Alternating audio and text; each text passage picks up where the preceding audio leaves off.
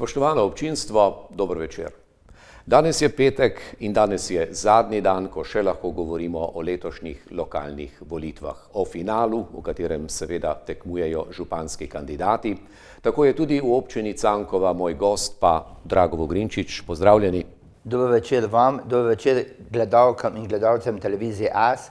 Posebej pa spoštljiv dober večer občankam in občanom občine Cankova, volivkam in volivcem. Prvi krog je mimo, zdaj ste v drugem, glede na to, da ste že 4-krat tekmovali, predvidevam, glede na razmere, tudi glede na število glasov, da je letošnja tekma najbolj naporna, najbolj zahtevna, na vsezadnje tudi kandidatu je le za las manjkalo, da ni zmagal v prvem krogu. Glede, življenje nam vedno prinaša neke izzive in tudi te turbulentne preizkušnje. Jaz pač te preizkušnje upravljam v odgovornosti in dolžnosti, da sem prepričan, da bom v drugem krogu zmagovalec. Najprej se zahvaljujem vsem volivkam in volivcem, ki so mi v prvem krogu dali in namenili glas. In tudi v tem večeru govorim to, kar lahko in moramo napraviti. Preveč spoštujem občanke in občane in me tudi vsi poznajo, da bi se dovolil stopati pred njihove obraze z nekimi obljubami, ki bi potem ne morali realizirati. No, drugi krog je pravzaprav poseben krog, to dokazujejo tudi volitve pred 4 leti, ko se je marsikaj obrnilo, no vsezadnje se glasovi na novo štejejo, izid je odvisen tudi od udeležbe. Kako pa ocenjujete tekmo v tem prvem delu, kakšna je bila, so bile izjave korektne, je bilo kaj udarcev pod pasom? Glejte, jaz v tem ne bi preveč, bilo je tudi nekaj tega, kar ste vi povedali, udarci pod pasom. Zato pravim, predvsem ker poznam občino Cankova, proračun, urejene finance in občanom oziroma volivkam in volivcem obljubljam realne stvari, ki jih lahko potem tudi uresničimo. Ne bom si dovolil, da zdaj nekaj v predvolilni borbi obljubim, kar ni realno in kar se ne bo dalo napraviti. Jaz pa verjamem in vem, ker pač stanje financ in vsega v občini Cankova poznam, bom povedal po domače, v nulo.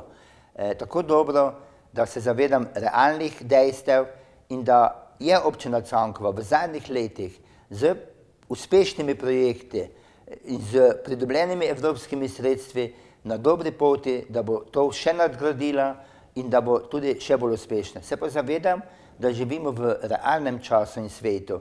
In tudi že moj oče je vedno povedal, nikoli ne smeš graditi nobene še tako majhne hišice, če nimaš tam dobro zgrajenih temeljev in samo na teh temeljih dosedanjega dela, dosedanjih projektov bomo tudi nadaljevali v naslednjem mandatu. Verjamem, da so volivke in volivci v mene prepoznali iskrenega, srčnega in tudi bom povedati poštenega človeka in kandidata, ki sem tudi zdaj, vedno in znova, vsak dan živel za občino Cankova in za vsakega človeka.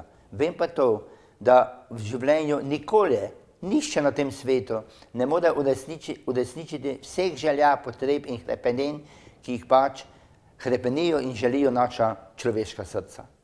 Govorite o realnih razmerah, o realnem proračunu, realnost je tudi izvoljeni občinski svet.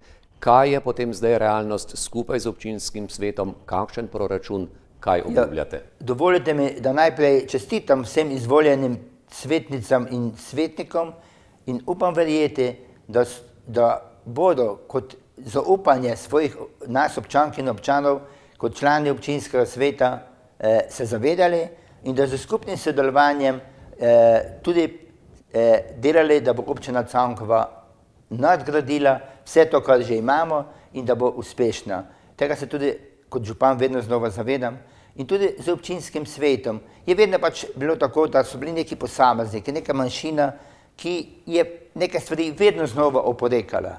Vendar jaz sem znal in bom tudi tako nadaljeval z dejstvi, z argumenti, z realnimi ocenami in tudi to, kar imamo denarja oziroma možnosti v proračunu, prepričati in je vedno ta večina občinskih svetnikov tudi potrebovala proračune, projekte in vse te uspešne realizacije, ki jih vidite in vidijo občanke in občane v naši občini in v vsakem posamičnem naselju.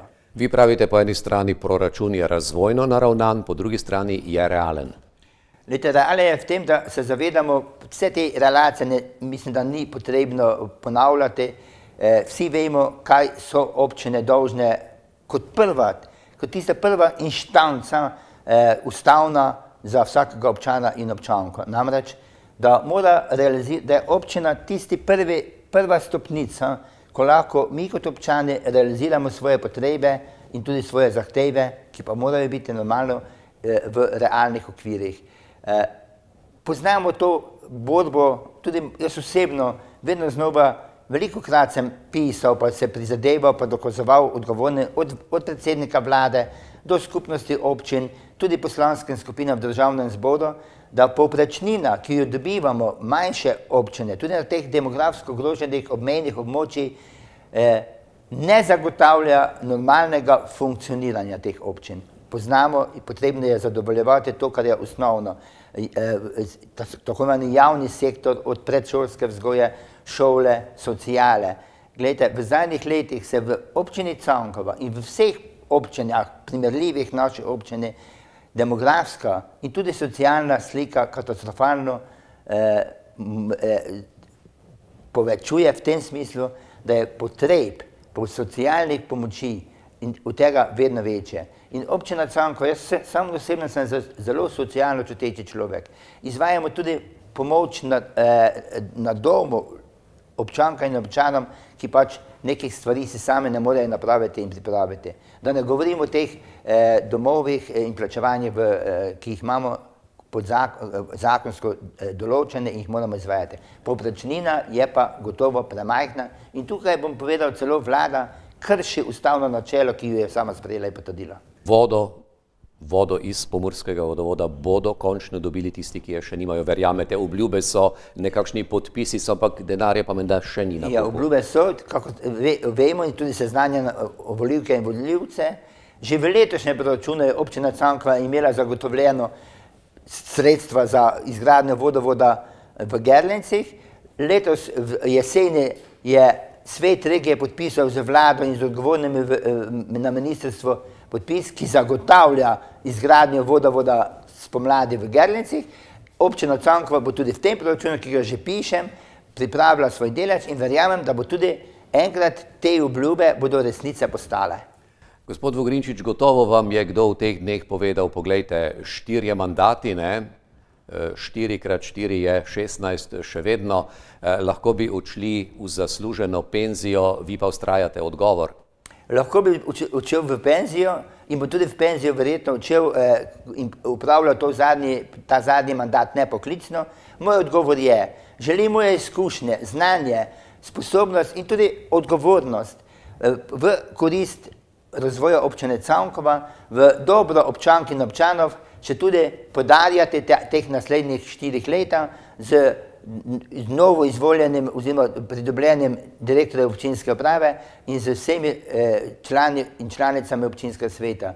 Ker imam izkušnje, znanje, sposobnost in tudi prepričanje, da sem vedno in bom poslanstvo župana jemal kot neko kariero, kakor služenje interesom in pravicam vseh ljudi, predvsem pa v te vse razvojne možnosti občine Cankova, ki se bodo potem multiplikativno odražale v kvaliteti življenja in tudi, verjamem, v zadovoljstvo večine občank in občanov naše občine. To je bil sicer že sklepni nagovor, ampak vendarle, če želite občanom, volivkam, volivcem še kaj dodati, prosim. Spoštovane volivke in volivci, občanke in občane, vabim vas, da na prvo adventno nedeljo množično in vsi greste na volitve in da mi zaupate še en mandat. Obljubljam to, kar sem vedno delal.